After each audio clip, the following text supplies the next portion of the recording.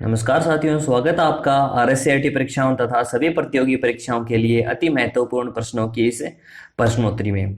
तो चलिए शुरू करते हैं। सबसे पहले क्वेश्चन नंबर 1। अपना क्वेश्चन नंबर 1 है, राजधारा किस तरह की सेवा है।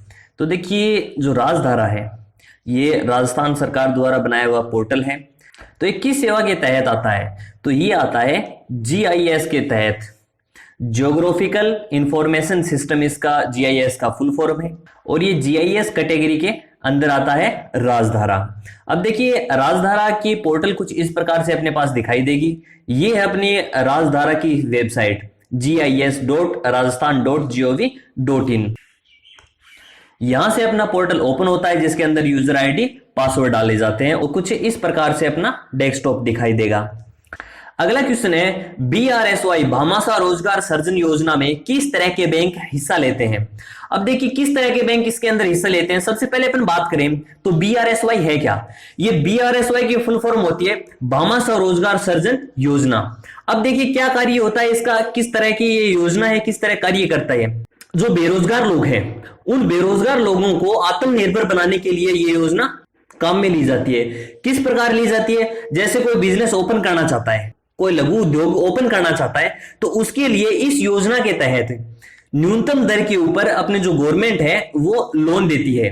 तो अपन क्या पूछ रखा है कि जो ये लोन देती है तो इसके अंदर किस किस तरह के बैंक हिस्सा लेते हैं, किस किस तरह के बैंक लोन देते हैं। तो लोकल ग्रामीण बैंक बिल्कुल देते हैं, नेशनलाइज्ड बैंक, कॉर्पोरेटिव बैंक है, ऑल ऑफ द अबव। तो सभी प्रकार के बैंक इसके अंदर हिस्सा लेते हैं, सभी प्रकार के बैंक ऋण देते हैं। आगे बढ़ते हैं। अगला क्वेश्चन है, यदि आपने कोई गलती कर दी, यदि आपने गलती से कोई स्लाइड डिलीट कर दी तो उसे बहाल करने के लिए क्या करना चाहिए। बहाल करने का मतलब है कि अगर आपने गलती से कोई डिलीट कर दी कोई स्लाइड को, अपन प्रेजेंटेशन चला रहे हैं तो उस समय अपन कुछ गलती से अपनी स्लाइड डिलीट हो जाए तो डिलीट होने के बाद उसको वापस कैसे रिकवर किया जाए। कोई जरूरी नहीं है स्लाइड ही हो, जैसे अपने माइक्रोसॉफ्ट वर्ड है उसके अंदर अपन डॉक्यूमेंट बना रहे हो तो वो कोई लाइन अपने गलती से डिलीट हो जाती है तो उसको टाइप करने की बजाय अपन वापस भी ला सकते हैं। तो इनमें किनके जरिए अपन वापस ला सकते हैं, अंडू बटन दबाएं, अंडू बटन दबा के भी अपन वापस अपनी गलतियों को सुधार सकते हैं।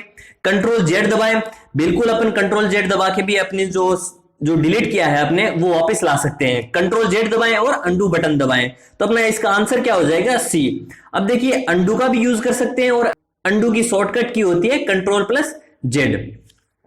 आगे बढ़ते हैं। अगला क्वेश्चन है, ईपीडीएस प्रणाली के संदर्भ में बीपीएल का पूरा रूप। अब देखिए, सबसे पहले अगर अपन बात करें तो ईपीडीएस की फुल फॉर्म क्या होती है।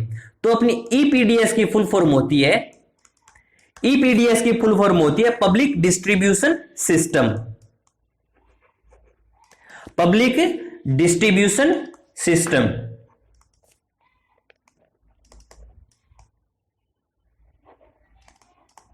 Distribution system. अब देखिए, इस ईपीडीएस के अंतर्गत बीपीएल का क्या कार्य होता है। अब देखिए, जो लोग गरीबी रेखा से नीचे जीवन व्यतीत कर रहे हैं उनको सरकार कुछ न्यूनतम दर के ऊपर साधन मुहैया करवाती है, जैसे गेहूं, चावल। अब देखिए, इस बीपीएल की फुल फॉर्म क्या होती है, तो इसकी बीपीएल की फुल फॉर्म होती है बिलो पॉवर्टी लाइन। आगे बढ़ते हैं। अगला क्वेश्चन है, राजस्थान सरकार द्वारा शुरू की गई ई बाजार का यूआरएल क्या है। तो ई बाजार का यूआरएल सबसे पहले अपन ये जान लेते हैं कि ई बाजार है क्या। अपनी जो ये ई बाजार है इसके जरिए अपन घरेलू सामान परचेज कर सकते हैं। जिस प्रकार अपन फ्लिपकार्ट से परचेज करते हैं, अमेजोन से परचेज करते हैं, उसी प्रकार ये भी एक साइट है ई बाजार की। अब जो न्यूनतम प्राइस के ऊपर इसके जरिए अपन सामान खरीद सकते हैं। अब देखिए, जो अपन ई बाजार है, ई बाजार का पोर्टल कुछ इस प्रकार से अपने दिखाई देता है। ये अपनी साइट है।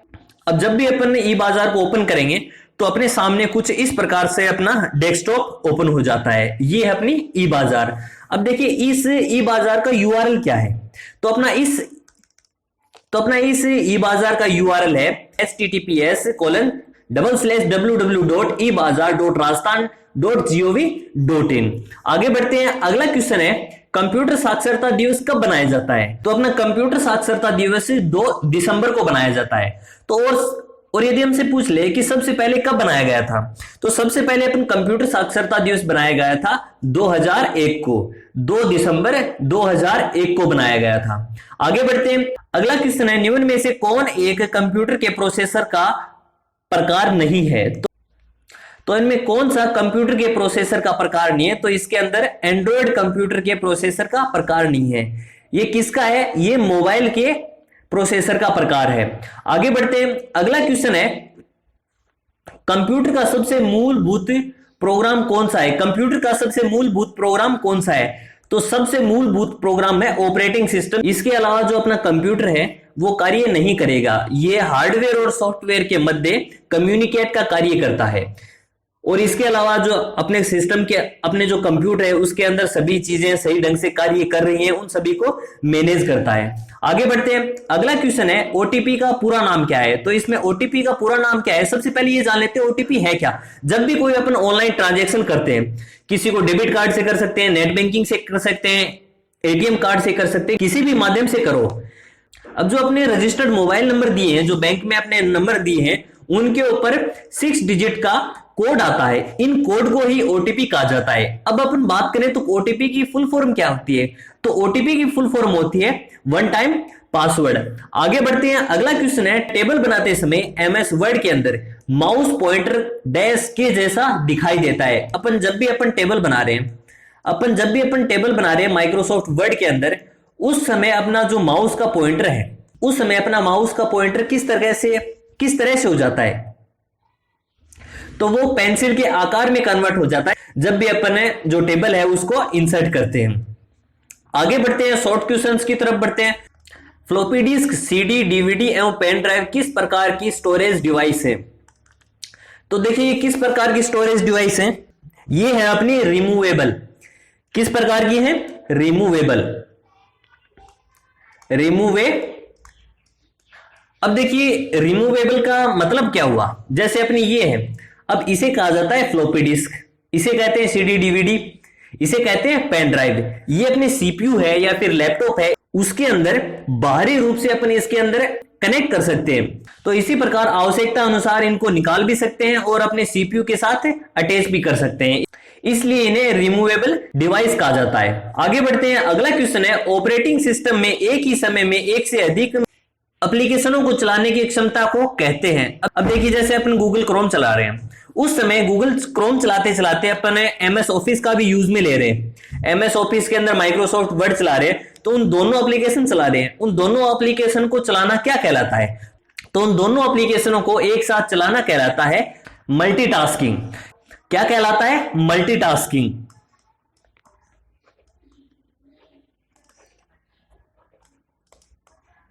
मल्टीटास्किंग।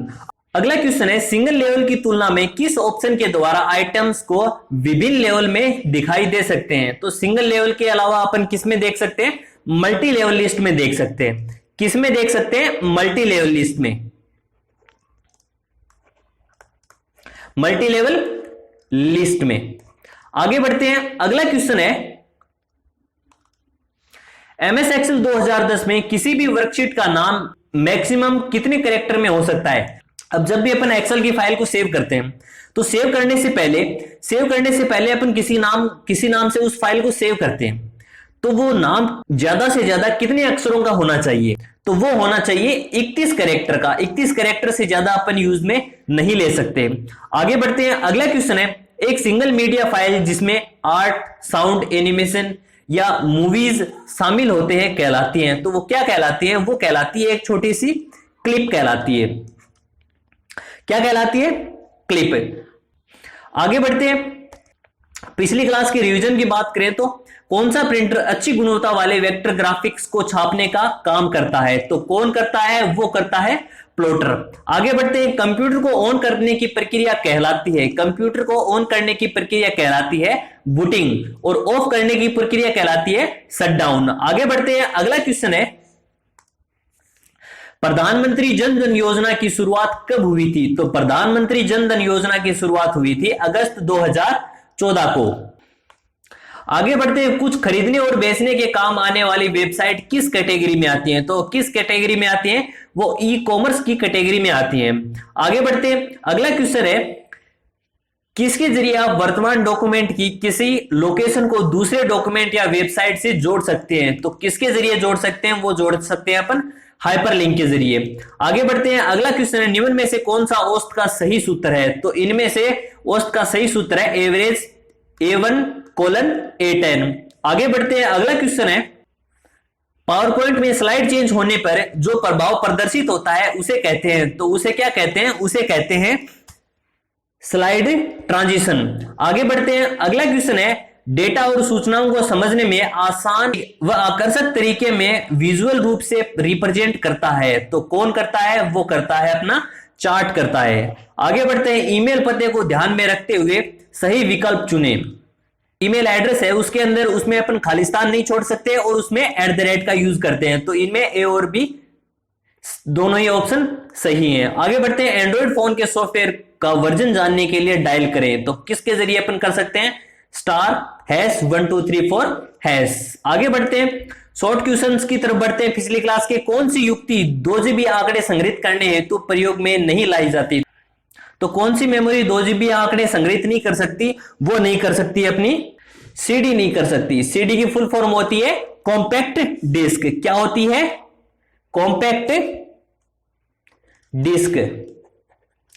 अगला क्वेश्चन है एक मानक कुंजी पटल पर कौन सी कुंजी स्टार्ट मेन्यू के प्रदर्शन हेतु प्रयोग में लाई जाती है। स्टार्ट मेन्यू जब भी ओपन करेंगे तो अपन किन के जरिए कर सकते हैं, वो कर सकते हैं अपन स्टार्ट बटन के जरिए। किसके जरिए कर सकते हैं, स्टार्ट बटन के जरिए।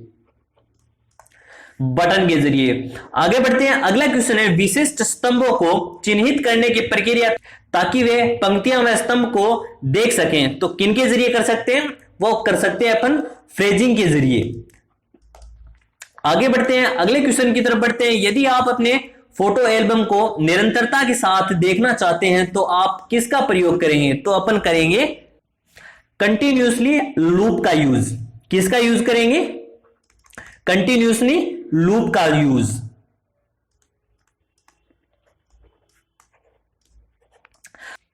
अगला क्वेश्चन है किनका उपयोग करके हम टेक्स्ट को मूव कर सकते हैं। तो किनका उपयोग कर सकते हैं, किस डिवाइस का यूज करके कर सकते हैं, वो कर सकते हैं अपन माउस का यूज करके। और देखिए यदि आपको इन क्वेश्चंस की पीडीएफ चाहिए तो डिस्क्रिप्शन में दिए गए जो टेलीग्राम चैनल है अपना, वहां से जाके आप इनकी जो पीडीएफ है इनको डाउनलोड कर सकते हैं। तो साथियों ये थे कुछ आज के क्वेश्चंस। उम्मीद है एग्जाम की दृष्टि से ये क्वेश्चंस इंपॉर्टेंट होंगे। तो आज की क्लास में इतना ही, अगली क्लास में फिर मिलेंगे, तब तक के लिए धन्यवाद।